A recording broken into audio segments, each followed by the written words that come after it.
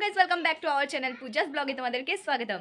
তো এই যে দেখো আমি শাড়ি টাড়ি পরে রেডি হয়ে গেছি, এখন যাচ্ছি আমাদের আজকে মন্দিরের উৎসব, আমাদের শ্রী শ্রী ঠাকুর অনুকূল চন্দ্রর 137তম জন্ম মহোৎসব। আর হচ্ছে কি আমাদের মন্দির যে রাঙাপাড়ার মন্দির প্রতিষ্ঠা হয়েছিল আজকের দিনে, তো আজকে 17তম মন্দির প্রতিষ্ঠা দিবস, তো তার জন্য রেডি হয়ে গেছি। তো আমার বড় আমাকে ছাড়তে যাবে, আর পুচকু মা ওরা একটু পরে আসবে, একটু দেরি করে আসবে। তো অনেক কিছু প্রোগ্রাম হচ্ছে যেটা আমি তোমাদের সাথে শেয়ার করবো, তার জন্য আমি একটু তাড়াতাড়ি অ্যাডভান্স চলে যাচ্ছি। আর পুচকুকেও রেডি করে দিয়েছি, যখন মা যাবে ওকে নিয়ে যাবে। তো আমি আরও এখন বাইকে করে যাব। তো তাহলে চলো দেখাই তোমাদেরকে আমাদের মন্দিরের উৎসব। তাহলে চলো আজকে দিনটাকে স্টার্ট করা যাক। তো এই যে দেখো আমার এই শাড়িটা, তো কেমন লেগেছে বলো? এতটাই কমফোর্ট কি বলবো, এটাকে বলে মলমল শাড়ি।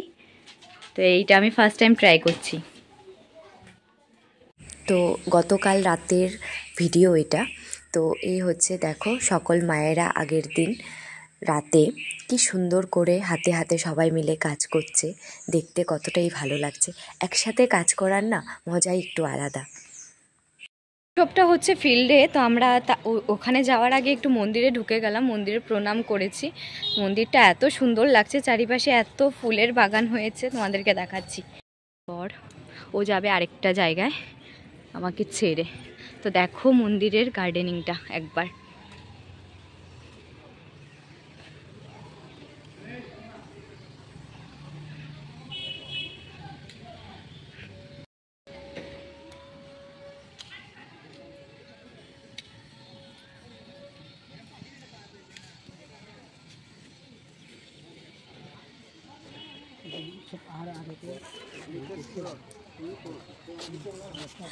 আর এই দিকে দেখো কি সুন্দর করে ছেলেমেয়েরা মিলে আলপনা দিয়েছে, দেখতে খুব ভালো লাগছে।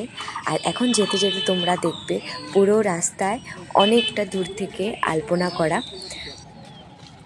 আমাদের মন্দিরের গেটটাকেও খুব সুন্দর করে সাজিয়েছে।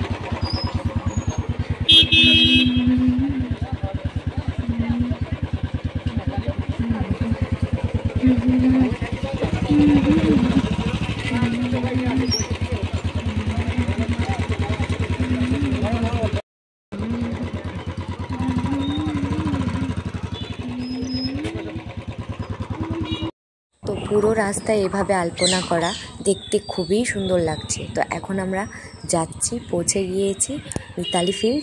আমাদের প্রোগ্রামটা হচ্ছে মিতালি ফিল্ডে। তো এই যে এখন বাইকটা রেখে আমরা পায়ে হেঁটে যাব। তো চলো ভিতরে গিয়ে দেখাচ্ছি। ভিতরে চলে এসেছি। এই যে দেখতে পাচ্ছ লোকের ভিড়, জায়গায় জায়গায় বসে আছে সবাই। আর অনেক দূর দূর থেকে লোক এসেছে বাসে করে। তো এই যে দেখতে পাচ্ছ। তো চলো যেখানে ঠাকুর সাজিয়েছে সেখানে আগে যাই। এই যে দেখতে পাচ্ছ এত সুন্দর করে মন্দিরটাকে সাজানো হয়েছে। চলো ভিতরে গিয়ে সবার আগে প্রণাম করে নিই, তারপর আবার তোমাদের সাথে দেখা হচ্ছে। ভিতরটাকে খুব সুন্দর করে সাজিয়েছে, তোমাদেরকে দেখাচ্ছি। আর একটি কথা বলছি, আমাদের এই ফিল্ডে প্রথমবার এইভাবে এত বড় করে আয়োজন করা হয়েছে। ঠাকুর বাড়ির থেকে নির্দেশ দিয়েছে। এমনিতে আমাদের মন্দিরেই হতো এই প্রোগ্রামটা, কিন্তু এইবার প্রথম মিতালি ফিল্ডে এই প্রোগ্রামটা করা হচ্ছে। আর এই দেখো এখন দেখা হয়ে গেছে শ্বেতার সাথে। তো ওখানে মোটামুটি অনেকের সাথেই দেখা হয়েছে। তারপর দেখা হয়ে গেল আমাদের বিউটির সাথে। তো বিউটি আমার কম্পিউটার ক্লাসের টিচার ছিল, তো ওদের সবার সাথে দেখা হয়ে গেছে। তো এখন যাব প্রসাদ খেতে। তো চলো প্রসাদ খেয়ে নিই। তো এখানে হয়েছে ডালিয়ার খিচুড়ি আর কি বলে এটাকে লাবড়া আর চাটনি। তো অনেক গরম, যার জন্য আমি ভিডিও করতে পারিনি, এক হাতে মোবাইল ধরে এক হাতে কি বলে খিচুড়ি ধরতে পারিনি, তাই আর তোমাদেরকে দেখানো হলো না। তো চলো খাওয়া দাওয়ার পর আবার দেখা হচ্ছে। আর এখানে দেখো সবাই প্রসাদ গ্রহণ করছে। তো এখানে খুব ভিড় হয়ে আছে এখন। তো এই হচ্ছে আজকের অনুষ্ঠানের মুখ্য আকর্ষণ, যেটা আমি তোমাদেরকে দেখাতে চলছি। তো এই যে দেখো আমি একটু ফাস্ট করে দিয়েছি।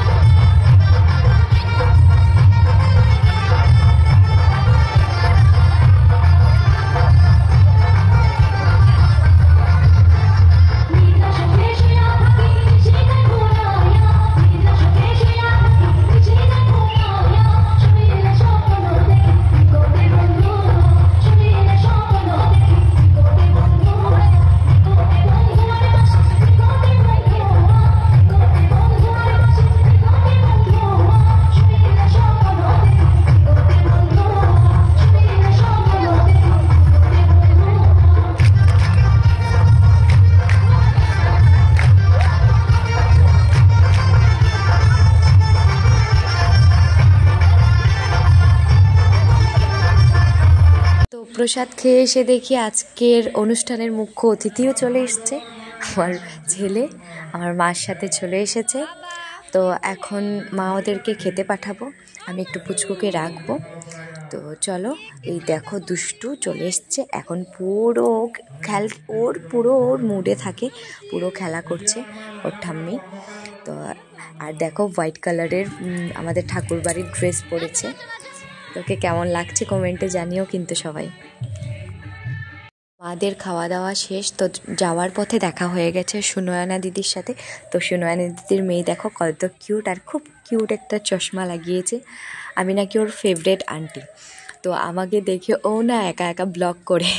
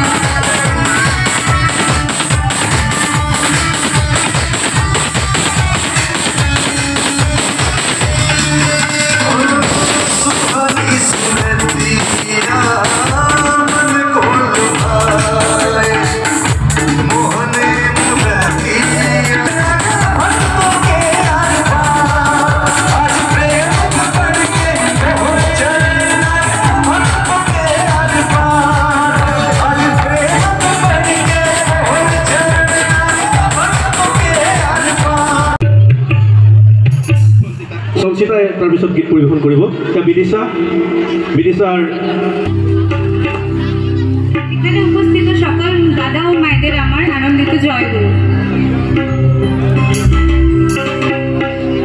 জয় ইষ্ট গুরু পুরুষোত্তম দয়াল ঠাকুর আমার,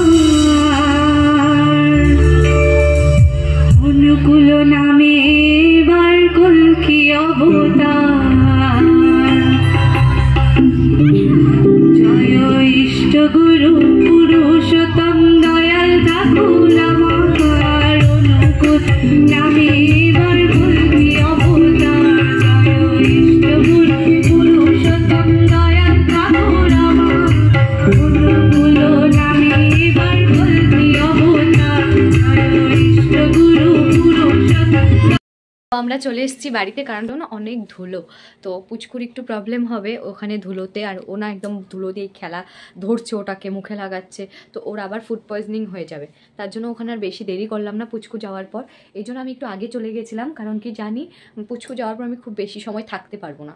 তো এই যে এখন আস্তে আস্তে গাড়িতেই ও ঘুমিয়ে গেছে, তো এসে আবার একটু ভালো করে ঘুমটুম পাড়িয়ে দিয়েছি, আর আমিও একদম চেঞ্জ করে নিয়েছি। তোমার দাদা আসলে পরে হয়তো ও বিকেলে যাবে একবার, মানে সন্ধ্যার পরে একবার যাবে, ও আরেকটা পার্টিতে গিয়েছে, ওর একটা ইনভাইট আছে, ওখানে গিয়েছে, দুপুরে ওখানে খাওয়া দাওয়া করবে। তো ও হয়তো সন্ধ্যেবেলা আবার যাবে, কারণ ও তখন প্রসাদ খায়নি। তো যদি দেখি ও যদি বাড়িতে আসে হয়তো যেতেও পারি, আর নাও যেতে পারি, জানি না। তো পুচকু খায়নি, মেনলি চলে এসেছে ওকে খাওয়ানোর জন্য, কিন্তু ও না খাইয়ে মানে খাওয়ানোর আগেই ও ঘুমিয়ে গেছে আস্তে আস্তে। তো এখন আর ওকে জাগাবো না, কারণ কাঁচা ঘুম থেকে উঠিয়ে দিলে এমনি তো খাবে তো না, কান্নাকাটি করবে, তো উঠলে পরেই খাইয়ে দেবো। আর আজকে একটু দেরি করে খেয়েছিল সকালের খাবার, আর তারপর আবার তোমার ফ্রুট জুস খাইয়েছিলাম, তো আর ডাকবো না, উঠলে পরে খাইয়ে দেবো। আর যদি সন্ধ্যার টাইমটা ঘুমিয়ে যায় তখন কি হয়, রাত্রেও ঘুমোতে খুব দিকদারি করে, এই জন্য ওকে আর উঠাবো না, একবারই উঠুক। তো এইদিকে মাসি এসেছিলো, মাসি চলে গেছে।